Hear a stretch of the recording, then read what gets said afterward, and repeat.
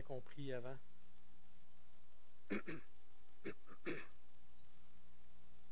Bien, Seigneur, je veux te remercier ce matin pour ce temps de louange que nous venons d'avoir, parce que vraiment, tu es celui qui est notre gage, notre héritage, celui qui est notre fondement. Et ce matin, Seigneur, c'est en toute humilité que je me présente devant toi pour partager les éléments de ta parole, afin que tes enfants soient nourris, afin que tes enfants puissent être encouragés par cette bonne parole. Où irions-nous, Seigneur Jésus? Tu as les paroles de la vie. Tu as des paroles qui nous aident à marcher de plus en plus dans la foi et à accomplir l'œuvre à laquelle tu nous appelles, d'annoncer la bonne nouvelle de Jésus-Christ parmi cette nation, parmi ces nations perdues, sans Christ, sans espérance. Seigneur, aide-nous ce matin pour la gloire de Jésus-Christ. Amen. Eh bien, cette semaine, il y a un comédien qui partageait justement aux nouvelles ceci. Il pensait, lui, que ceux qui mouraient en paix étaient ceux qui avaient la foi. Hey, j'ai trouvé ça bon. Vraiment, j'ai trouvé ça vraiment intéressant quand il a dit ça. Et je le crois. Maintenant, il est allé rencontrer des gens qui prennent soin des malades dans des établissements, des soins palliatifs qu'ils appellent. Mais selon les intervenants qui s'occupent des patients en fin de vie, ce n'est pas le cas. Pour avoir la paix, ce n'est pas avoir la foi, mais c'est plutôt ceux qui ont fait la paix avec les proches et leur entourage. Et moi, ça me rappelle ma mère lorsqu'elle était à l'hôpital en phase quasiment terminale, parce qu'elle a eu l'occasion de s'exprimer. Eh bien, je me souviens que ma mère était à l'hôpital à cause d'un cancer du poumon, et je me souviens qu'elle a pris du temps avant de nous quitter. Elle a pris du temps avec chacun de ses enfants, ainsi que mon père, parce qu'ils étaient séparés, ainsi que mon père, pour faire la paix. Pour faire la paix avec eux, puis avec elle-même. Maintenant, ce même artiste, et c'est là que ça se gâte de plus en plus, hein, on voit, ce même artiste, il a dit aussi, la plupart des personnes n'ont pas peur de la mort, car ceux qui meurent ne reviennent pas. Donc, il a dit ceci, ça doit être drôle l'autre côté. Et quand on entend ça, nos oreilles frisent un peu, mais ce n'est pas de cette façon-là qu'on se prépare à passer dans l'au-delà, n'est-ce pas? On le sait, nous les croyants. La Bible révèle clairement qu'est-ce qui se passe après la mort. Hébreux 9, 27 dit, comme il est réservé aux hommes de mourir une seule fois, après quoi vient le jugement. Et ça m'a fait réfléchir. Tu sais, ça m'a fait réfléchir. Des fois, les gens vont prononcer des paroles, puis ça nous fait réfléchir. Puis en rapport avec le texte que je veux regarder avec vous ce matin, c'est que tout homme qui se retrouve sur son lit d'hôpital possède encore un peu de temps pour prendre la décision la plus importante de sa vie. Et car nous savons qu'il arrive un moment où on n'a plus de temps, parce que quand on est en phase terminale, c'est plus le temps. La tête n'est plus là. Eh bien, la décision la plus importante, c'est de se réconcilier. Se réconcilier avec les gens autour de nous, c'est important, c'est bien, c'est très bien de le faire. Mais la chose la plus importante, la plus grande décision avant de quitter ce bas monde, c'est de se réconcilier avec Dieu. Par la foi en Jésus-Christ. Et c'est là que ça vient corroborer un petit peu ce que l'artiste a dit. Ceux qui quittent ce monde en paix, c'est parce qu'ils ont la foi. Désormais, le croyant qui a la foi, il obéit à la foi, il obéit à ce que Dieu lui révèle dans sa parole. Et le passage de ce matin, c'est une source de bénédiction pour nous, frères et sœurs. Parce que nous, en tant que croyants, on a un puissant encouragement et on peut expérimenter une foi résistante. L'obéissance de la foi, c'est quelque chose de très important. Quelqu'un qui a la foi, qui n'est pas en train d'obéir, est-ce qu'il peut dire vraiment qu'il a la foi? Alors, il peut avoir la foi dans plein de choses. Mais est-ce qu'il y a vraiment la foi en Dieu? Eh bien, ce matin, moi, j'ai divisé mon message sur Abraham parce que Abraham, c'est un bel exemple de l'obéissance de la foi.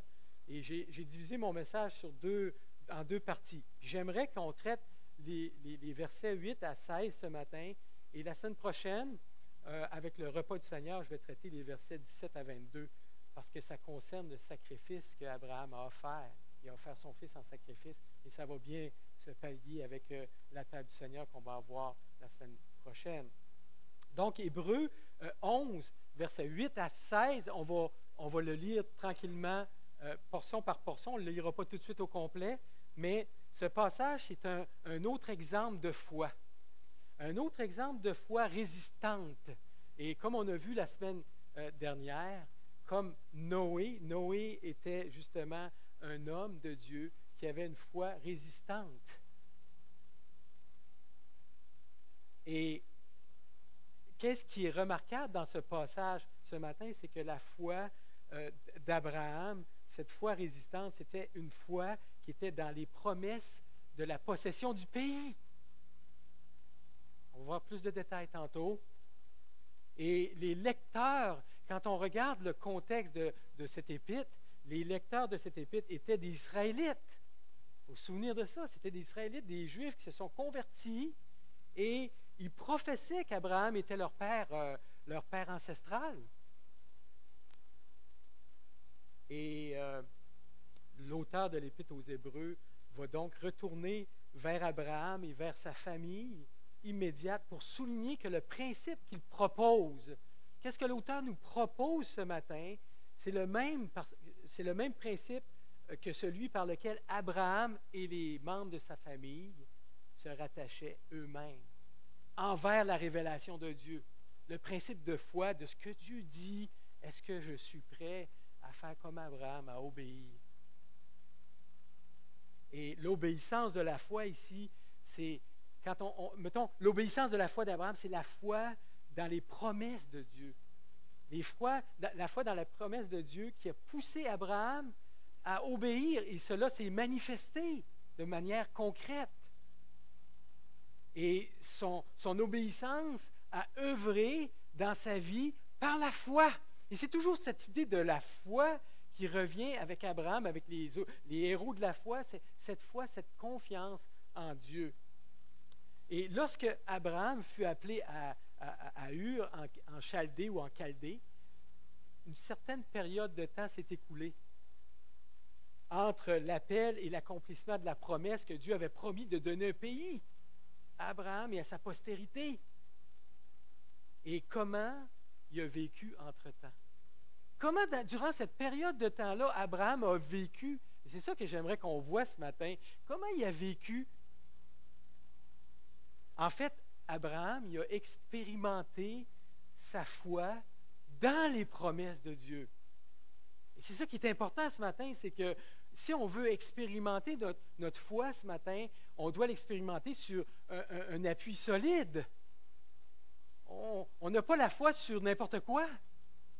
On a la foi sur des promesses qui sont solides parce que ces promesses-là, ils ont été déclarées par Dieu à Abraham et on peut éventuellement se les appliquer à nous, ces promesses, comme on veut le voir un petit peu plus loin. Donc, Abraham a expérimenté sa foi dans les promesses de Dieu et a obéi à Dieu. Pendant qu'il a obéi à Dieu, puis il a expérimenté. En fait, son obéissance à la foi lui a permis d'expérimenter sa foi dans les promesses de Dieu. Et c'est ce qu'on peut appeler la patience résistante de la foi, comme Noé. Et Abraham, il a expérimenté sa foi dans 3 domaines. 3 domaines que j'aimerais qu'on réfléchisse ce matin avant d'aller dans une application pratique pour nous, parce que ça doit nous parler ce matin. Et Abraham expérimenta sa foi dans 3 domaines. Premièrement, la foi du renoncement. Deuxième domaine, c'est la patience de la foi. Et le troisième domaine que Abraham a expérimenté, c'est l'influence de sa foi. la foi du renoncement. Lisons le verset 8 ensemble. C'est par la foi qu'Abraham, lors de sa vocation, obéit et partit pour un lieu qu'il devait recevoir en héritage et qu'il partit sans savoir où il allait. En fait, le texte est en train de nous dire ce matin qu'Abraham a obéi à l'appel de Dieu. L'appel que Dieu lui ordonnait, Dieu lui donnait un commandement de s'en aller, de partir pour un pays qu'il devait recevoir plus tard en héritage. Et vous savez, lorsqu'on lit les Écritures concernant Abraham, il y a des choses qui sont dites d'Abraham. Est-ce que vous saviez qu'Abraham, c'était un bon païen? On lit dans Josué 24, 2, il dit « Ainsi parle l'Éternel », hein, Josué dit au peuple « Ainsi parle l'Éternel, le Dieu d'Israël, vos pères Téra, père d'Abraham et père de Nachor, habitaient anciennement de l'autre côté du fleuve et ils servaient d'autres dieux. » Donc, Abraham, et même son nom n'était pas Abraham, quand Dieu a interpellé Abraham, il s'appelait Abram. Et si vous regardez dans Genèse, chapitre 12, vous allez voir l'appel d'Abram. Nous, on sait que c'est Abraham. Plus tard, il va recevoir un nouveau nom. Il y a une signification. Verset 1, il dit, l'Éternel dit à Abram, va-t'en de ton pays, de ta patrie, de la maison de ton père, dans le pays que je te montrerai. Et là, Dieu lui dit, verset 2, je ferai de toi une grande nation, je te bénirai, je rendrai ton nom grand, et tu seras une source de bénédiction. Je bénirai ceux qui te béniront, et je maudirai ceux qui te maudiront. Et toutes les familles de la terre seront bénies en toi. Abraham partit, comme l'Éternel le lui avait dit, et Lot partit avec lui, et Abraham était âgé de 75 ans lorsqu'il partit de sa patrie. Il a quitté sa patrie. Pensez-vous qu'Abraham avait l'intention de bouger là où il était? Je ne suis pas sûr qu'il avait l'intention de bouger. Abraham possédait des richesses, il était riche, et il possédait même une armée. On voit un petit peu plus tard dans le texte de la Genèse qu'il est allé sauver son neveu Lot, et il a utilisé près de 300 vaillants serviteurs qui étaient à son service. Donc, Abraham, il avait du potentiel, il avait du pouvoir. C'est un homme riche, c'est un homme qui avait beaucoup de biens. Puis, il devait probablement être bien là où il était. Mais dès qu'il a compris ce que l'Éternel lui demandait, quand il a compris ce que l'Éternel lui demandait, eh bien, il a fait ses valises. Il a fait ses valises et il a préparé sa caravane de chameaux avec tous ses serviteurs. Et à l'âge de 75 ans, il est parti. Combien d'entre nous, ce matin, lorsque vous allez arriver à 75 ans, vous allez partir dans un endroit où vous ne savez pas où aller?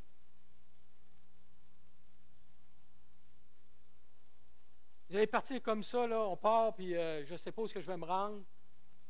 Je m'en vais. Ou combien d'entre nous, à 75 ans, Dieu te dit, va-t'en à une telle place, dans cette région-là, mais tu ne sauras pas encore où est-ce que tu vas être. Tu ne sauras pas où est-ce que tu vas aller. Vraiment, l'endroit où est-ce que tu vas être. Eh bien, Abraham, lui, dans sa tête, c'est qu'il savait que Dieu savait où il s'en allait. Il savait ce qu'il allait avoir comme suite. Parce que lui, il n'avait pas la moindre idée de comment ça allait se dérouler. Mais c'est pour cette raison que même Paul, dans le Nouveau Testament, il utilise Abraham dans ses écrits. Si vous lisez Romains 4, Genèse 3, et il utilise Abraham comme modèle, l'exemple à suivre. Même il y a quelqu'un qui a dit que c'était un étalon qui mesure la foi authentique. Si on veut mesurer une foi authentique, regardons à Abraham.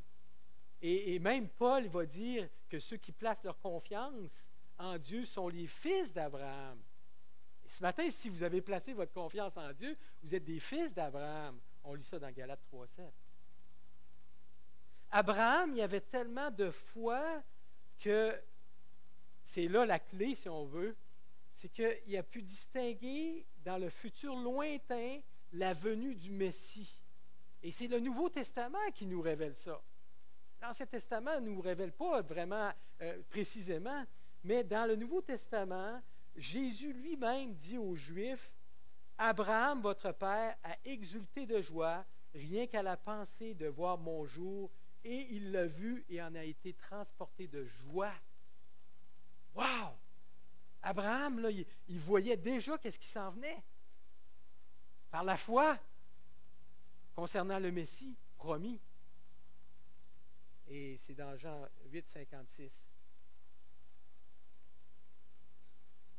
Il y a quelqu'un qui a dit un jour, puis il y a des gens, des rabbins, qui croyaient que justement, qui enseignaient que si Abraham avait été choisi, parce que Dieu a choisi Abraham, des fois on peut se poser la question, pourquoi Dieu a choisi Abraham? Abraham est un païen. Ah, on peut se poser cette question-là. Et il y a des rabbins qui enseignaient que si Abraham avait été choisi pour être le père des Israélites, c'est parce que c'était un homme juste par sa façon de vivre. Et je pense que l'auteur veut montrer qu'il n'y en est rien. L'auteur des Épîtres aux Hébreux veut montrer qu'il n'y en est rien parce qu'il a été déclaré juste à cause de sa foi. C'est que Dieu lui a parlé, puis il a tout quitté. Il a renoncé à tout ce qu'il avait. En fait, il a renoncé à sa patrie, plutôt. C'est plutôt sa patrie. Il a renoncé à où il restait, puis il est parti à un endroit où il ne savait pas où il allait. Il allait atterrir, dans le fond.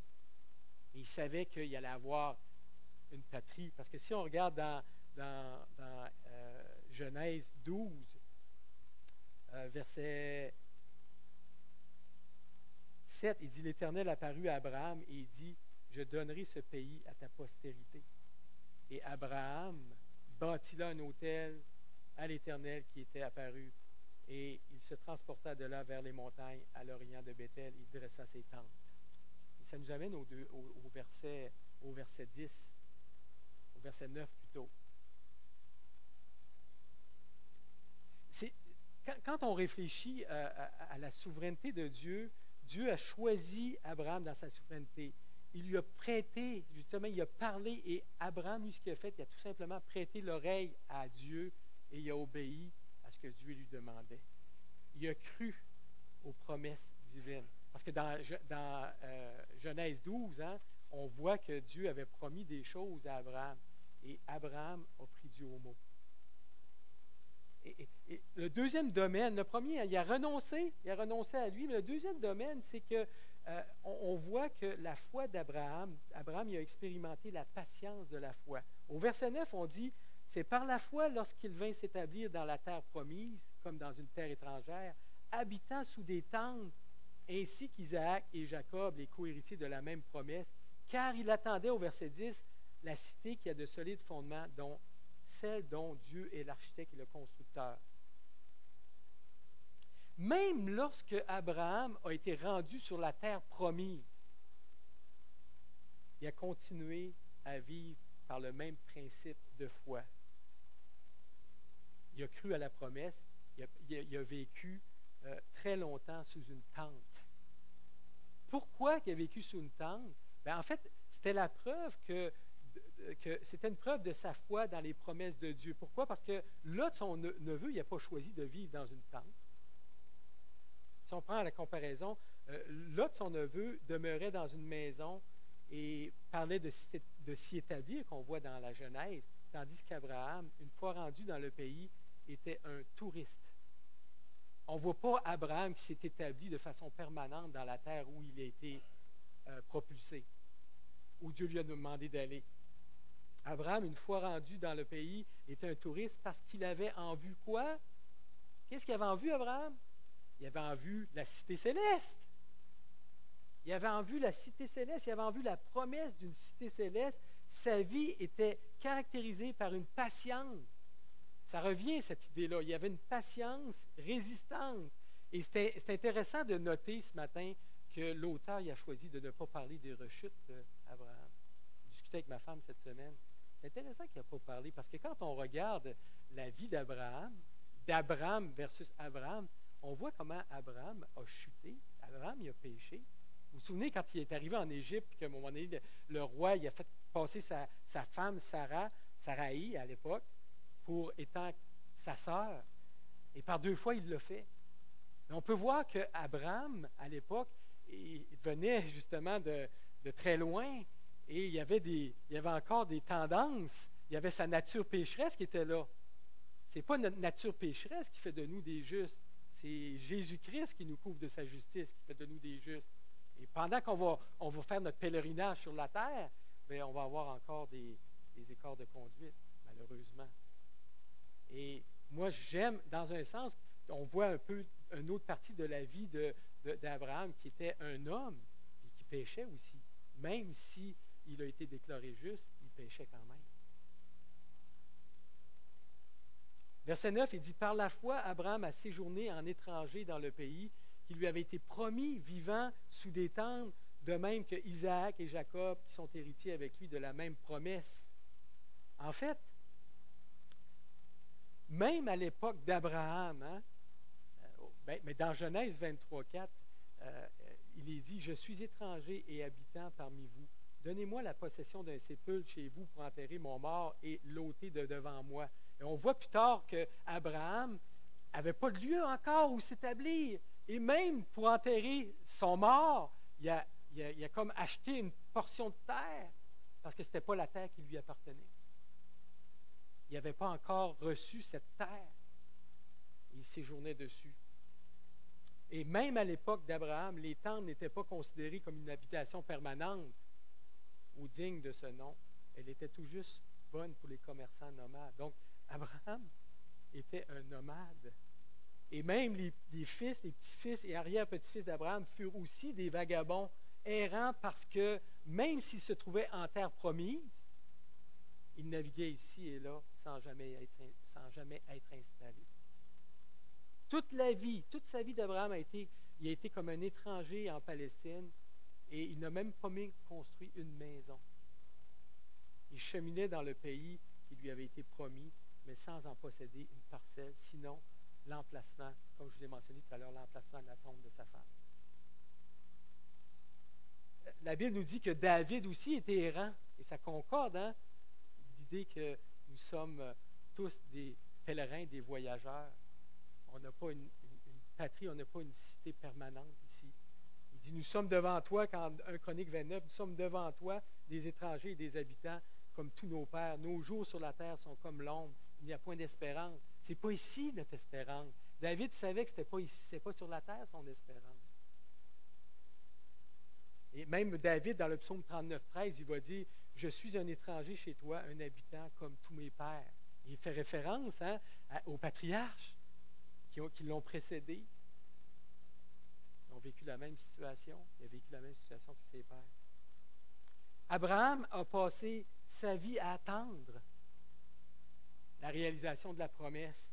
25 ans se sont déroulés entre la promesse d'un fils, parce qu'on va le voir la semaine prochaine. Il y a eu une promesse d'une terre, d'une parcelle de terre, d'une terre qui va hériter, et il y a eu une promesse aussi d'avoir un héritage au niveau humain, la promesse d'un fils et de la descendance, que tous ceux qui croiraient en Abraham seraient fils d'Abraham, et qui seraient la multitude de croyants. La foi, elle regarde au-delà de l'immédiat et de ce qui est visible et se focalise sur l'objectif à atteindre. L'auteur qui disait ça, et c'est vraiment vrai, Abraham il a accepté sa condition de vivre dans des tentes. Pourquoi? Le verset 10 répond à cette question-là, car il attendait la cité qui a de solides fondements, celle dont Dieu est l'architecte et le constructeur. Et il y a une autre traduction, si vous allez dans la Bible, peut-être français courant, il disait, « Car Abraham attendait la cité au fondement inébranlable, dont Dieu lui-même est l'architecte et le constructeur. » Bien que le territoire, bien que la possession du pays promis était importante pour Abraham, parce que Dieu lui avait fait cette promesse-là, son espérance était où? Son espérance était dans les lieux célestes. où Dieu lui réservait une habitation permanente pour l'éternité. Et cette perspective d'Abraham a certainement été pour lui le meilleur des encouragements à travers tout ce qui a passé. Et cette même espérance soutient aussi le croyant qui traverse les circonstances difficiles, l'adversité, surtout s'il doit faire face à une grande détresse comme les lecteurs de l'Épître aux Hébreux expérimentaient. Donc, Paul y a écrit, il dit, recherchez les réalités d'en haut, hein, cherchez d'abord les choses d'en haut, là où se trouve Jésus-Christ, qui est assis à la droite de Dieu. Que toute votre pensée, tende vers ces réalités qui sont en haut et non vers celles qui sont sur la terre. Troisième domaine de la foi qu'Abraham expérimenta, c'est l'influence de la foi. Voyez-vous, la première chose, c'est qu'Abraham, il avait la foi du renoncement. Il a renoncé à lui.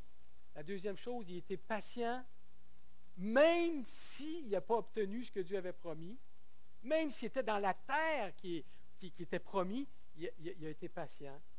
Et les versets 11 et 12 se réfèrent à Sarah. Et c'est vraiment intéressant ici, parce que c'est par la foi que Sarah elle-même, malgré son âge avancé, fut rendue capable d'avoir une postérité, parce qu'elle crut à la fidélité de celui qui avait fait la promesse.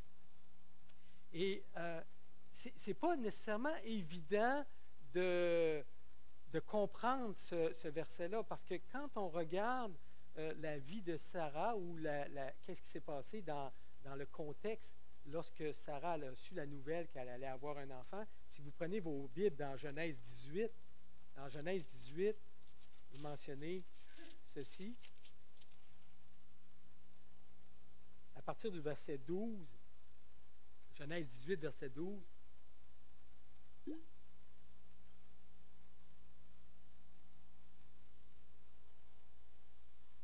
elle rit en elle-même en disant, « Maintenant que je suis vieille, aurai-je encore des désirs? Mon Seigneur aussi est vieux. » L'Éternel dit à Abraham, « Pourquoi donc Sarah a-t-elle ri en disant, « Est-ce que vraiment j'aurai un enfant, moi qui suis vieille? » Y a-t-il rien qui soit étonnant de la part de l'Éternel? Au temps fixé, je reviendrai vers toi. Et à cette même époque, Sarah aura un fils. Et Sarah mentit en disant, « Je n'ai pas ri, car elle eut peur. » Mais il dit au contraire, tu as ri. On voit dans ce texte que Sarah n'avait pas de la foi, là. Et peut-être qu'on peut comprendre qu'elle était quand même âgée, puis je disais à ma femme, j'ai dit, c'est comme quand quelqu'un nous dit quelque chose, puis ça ne peut pas arriver. C'est quoi notre réaction? Hein, c'est ça, hein? C'est comme l'impression que Sarah, là, elle partait à rire, mais en voulant dire, ben voyons donc, ça ne peut pas arriver, cela, là. Puis même le texte nous le dit ce matin.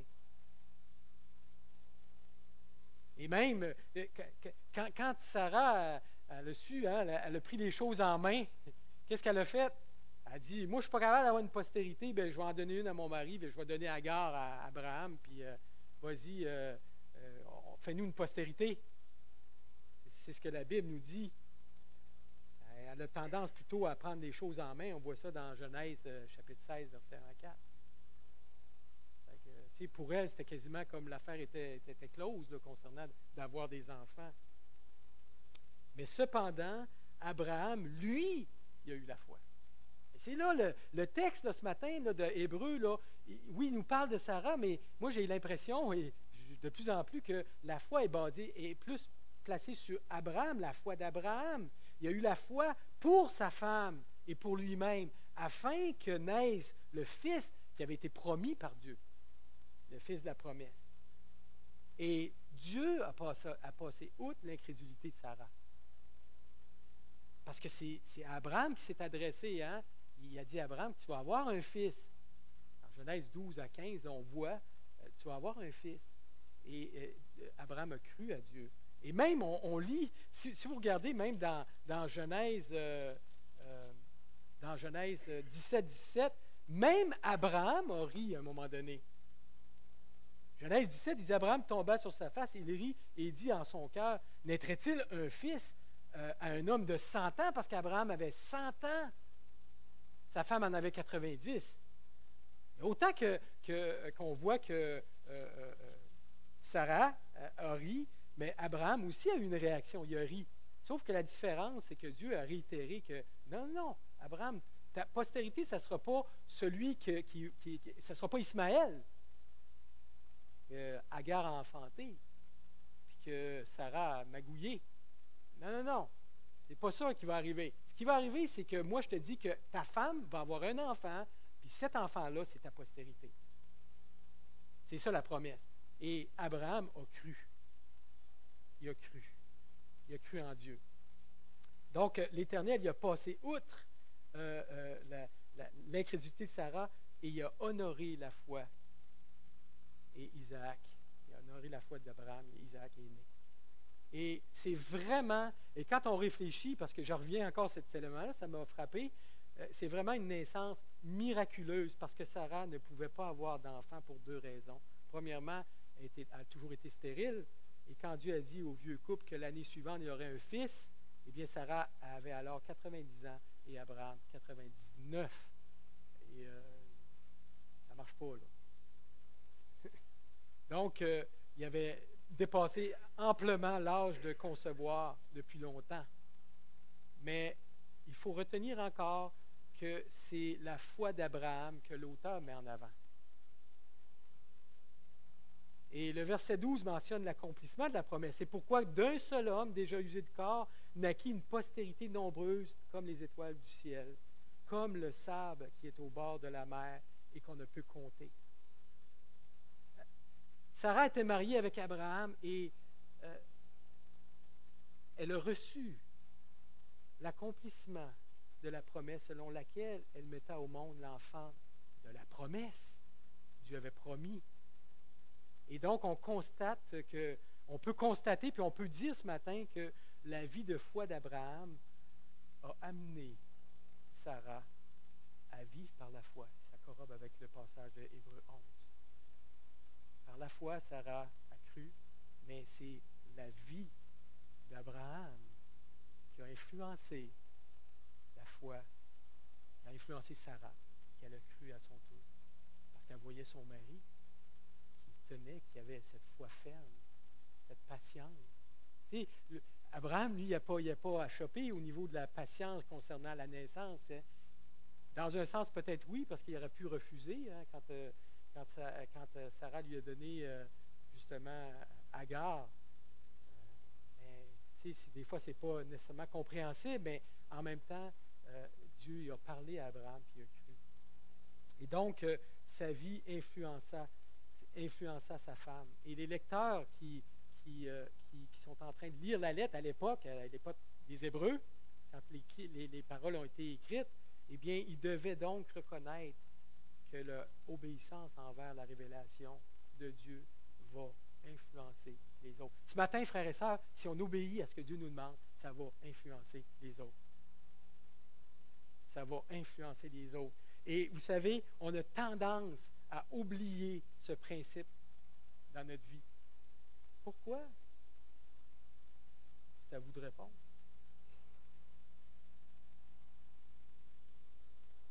Et il y a quelqu'un qui a dit un jour, c'est la personne qui a dit ça, il dit on a tendance à oublier ce principe dans nos propres vies.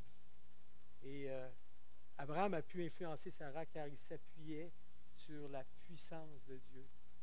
Et si on veut influencer les autres autour de nous, est-ce que vraiment je m'appuie sur la puissance de Dieu ou j'essaie de m'appuyer sur moi-même? Sarah a essayé de s'appuyer sur elle-même, puis on voit ce que ça a donné. Mais Abraham s'est appuyé sur Dieu, puis on voit ce que ça a donné. Et il s'est appuyé sur la puissance de Dieu, il a fait confiance à Dieu, parce que Dieu, ce que Dieu dit, ce que Dieu promet, s'accomplit. Et vous vous souvenez, dans le Nouveau Testament, on a un récit d'un père qui amenait son fils possédé d'un esprit mauvais à Jésus pour qu'il le guérisse. Et après avoir expliqué la condition de l'enfant, cet homme ajouta ceci, puis c'est vraiment particulier. Il dit, si tu peux faire quelque chose. dans Marc 9, 22, 23. Si tu peux faire quelque chose, aie pitié de nous et viens à notre aide. Et on voit la réponse du Seigneur. Seigneur n'a sûrement pas apprécié ça. Si tu peux, eh bien, tout est possible à celui qui croit en moi, en Jésus.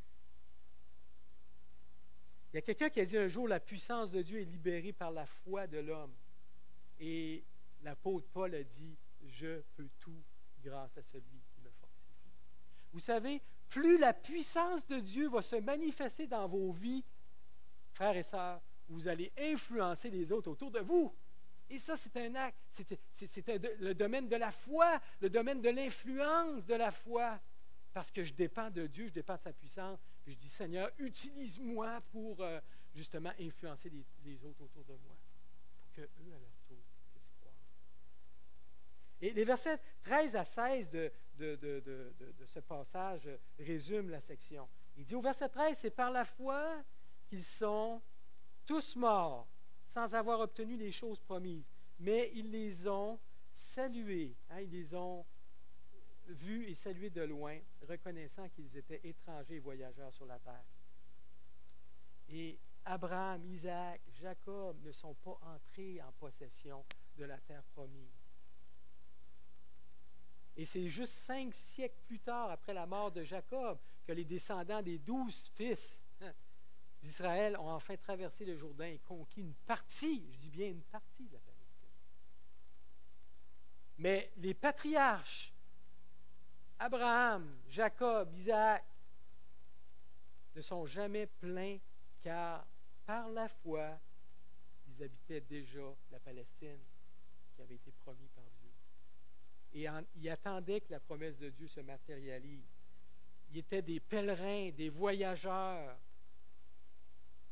des pèlerins exilés, qu'on pourrait dire, considérés comme des étrangers sans droit, des sans-papiers. On pense aux réfugiés de nos jours, aujourd'hui. Le monde, les réfugiés, ils atterrissent un peu partout, au Canada, un peu partout, et fait penser justement à Abraham qui a vécu dans un sens comme un réfugié. Mais la Bible dit, celui qui fait confiance à Dieu, sa promesse équivaut à la réalité même s'il ne connaît pas les détails et comment cela va se produire. Et verset 14-16 dit que ceux qui partent ainsi, ceux qui parlent ainsi montrent qu'ils cherchent une patrie. S'ils avaient eu en vue celle d'où ils étaient sortis, ils auraient eu le temps d'y retourner, mais maintenant, ils en désirent une meilleure, c'est-à-dire une céleste. C'est pourquoi Dieu n'a pas honte d'être appelé leur Dieu, car il leur a préparé une cité. Les patriarches étaient des étrangers en terre promise, mais ils n'ont jamais songé à retourner en arrière. Ils ont parcouru la Palestine de long en large, ils y ont fait paître leurs troupeaux, ont élevé des enfants pour eux. C'était suffisant parce qu'ils croyaient quoi? Ils croyaient que leurs descendants hériteraient de ce pays et eux-mêmes avaient en vue leur destination finale. C'est ça qui est remarquable dans ce texte. Une maison dans les cieux. Une maison que Dieu est en train de construire. Parce que c'est lui l'architecte parfait qui va nous construire une maison solide, éternelle.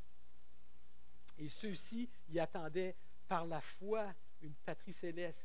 La foi confirme ce que nous ne voyons pas et produit une patience résistante, mes frères et sœurs. On a besoin de ce type de foi.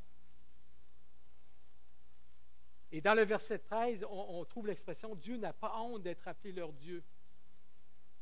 Pourquoi? Parce qu'Abraham croyait en Dieu, Dieu accepta cette foi et au lieu de sa justice à lui, et Dieu lui imputa sa justice, sa propre justice. Et c'est cette sorte de réponse-là que Dieu donne à ce principe de foi.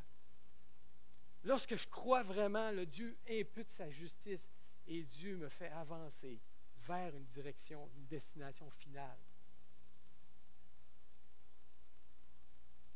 Ce matin, frères et sœurs, là, mon désir, moi personnellement, puis je vous encourage, d'obéir à notre Seigneur. Je vais obéir au Seigneur. Pourquoi ce matin? Mais comme Abraham, je vais être motivé par la promesse du Seigneur. Sans quoi ma foi est vaine si je n'ai pas d'espérance, si je n'ai pas de promesse. Je veux obéir au Seigneur par la foi parce que par la foi, je vois mon héritage, je suis déjà assis dans les lieux célestes. L'obéissance de la foi implique une décision. Et quel choix je vais faire ce matin? Je ne vais pas attendre d'être sur mon lit de mort comme j'ai vu tout à l'heure au début de la prédication. Non, j'ai une décision à prendre. Est-ce que je veux marcher par la foi? Est-ce que je veux obéir au Seigneur ce matin? Est-ce que je veux faire comme Abraham ce matin, renoncer à mon confort? Et moi, j'ai du chemin à faire, moi, là-dessus. Renoncer à mon confort.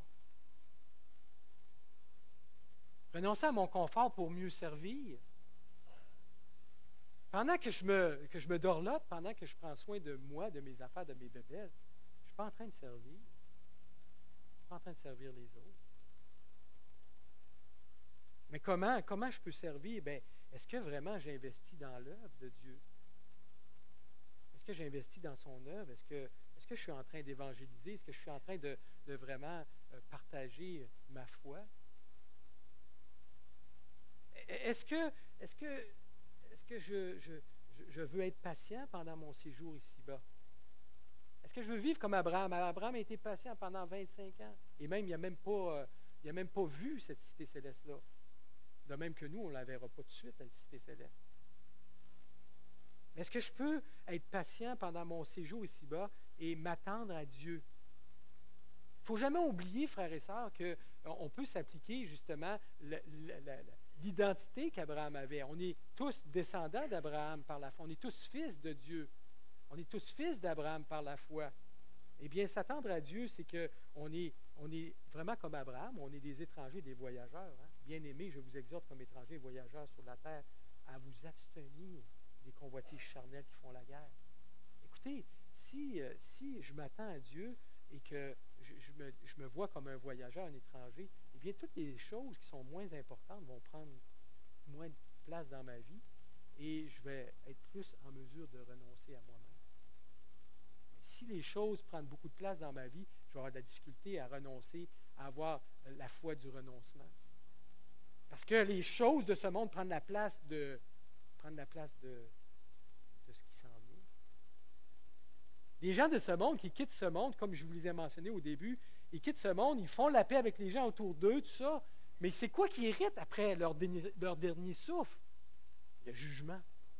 Mais nous, en tant qu'enfants de Dieu, on hérite quoi lorsqu'on va expirer, lorsqu'on va donner notre dernier souffle? On reçoit la promesse que Dieu nous a faite parce qu'on a fait la paix avec lui. Tout comme Abraham, on doit regarder en haut avec patience et endurance, s'attendre à recevoir ce que le Seigneur nous a promis. C'est ça notre encouragement ce matin, frères et sœurs. Dans Jean 14, 1 à 6, il nous dit que Jésus nous a fait une promesse, il a fait une promesse à ses disciples, il dit, je m'en vais au ciel, je vais aller vous préparer une place. Est-ce qu'on y pense à ces choses-là de plus en plus? Que c'est là notre destination finale, pas ici. Et vous savez, plus je vais vivre avec ces yeux fixés sur cette destination finale-là, eh bien, plus je vais avoir un impact dans la vie des autres. Pourquoi? Parce que c'est ma foi qui va influencer les autres autour de moi pour qu'eux, à leur tour, puissent expérimenter la foi dans leur vie.